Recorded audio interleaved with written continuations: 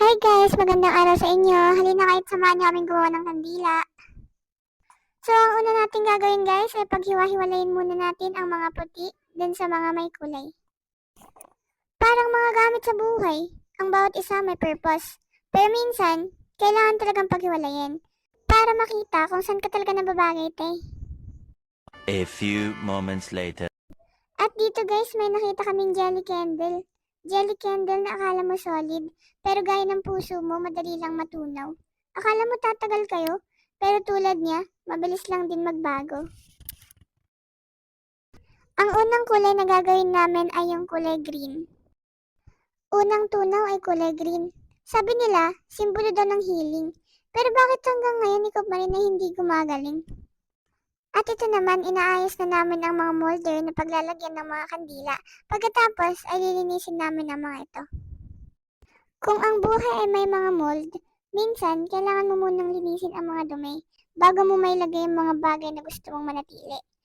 Tulad na lamang ng mga kaibigan mong plastic at backstabber, dapat mong linisin sa buhay mo bago ka magtiwala ulit ng iba. Kailangan ng tamang pag-aalaga dito, kasi kung hindi, baka hindi magtagal at magmukhang magulo. Hindi tulad ng ex mo na hindi mo inalagaang mabuti kaya hindi kayo nagtagal. A few inches later. Kain muna tayo guys. Sabay-sabay kumain, sabay-sabay tumawa. Pero sa dami ng tao, bakit parang ikaw lang ang walang jowa? 2 hours later. At yun na nga guys, pagkatapos namin i-melt ay linalagay namin siya dun sa molders. Unang kandila, effort ko todo, pero di rin kinaya, nasira din sa dulo.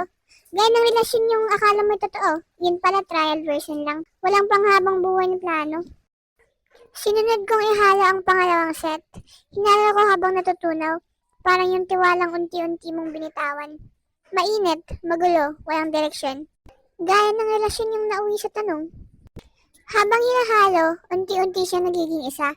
Gaya ng pangarap mo noon, na sana kayo hanggang dulo na. Pero tulad nga ng kandila, natutunaw rin lahat. At naiwan kang bitin, walang sagot, puro bakit. Linagay na namin sa molders ang natunaw na kandila. Ibinuhos ko ng buo, walang itinira. Kaya ng pagmamahal mo sa kanya, lahat binigay mo na.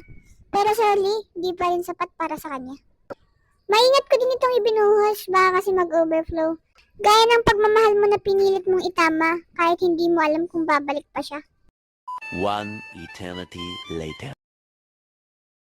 So ayan na nga guys, natapos na rin sa wakas. Maganda, buo at walang bakas ng pagod o luha. Parang ikaw ngayon, nakangiti sa labas pero hindi mo alam ilang ulit ka ring nadurog bago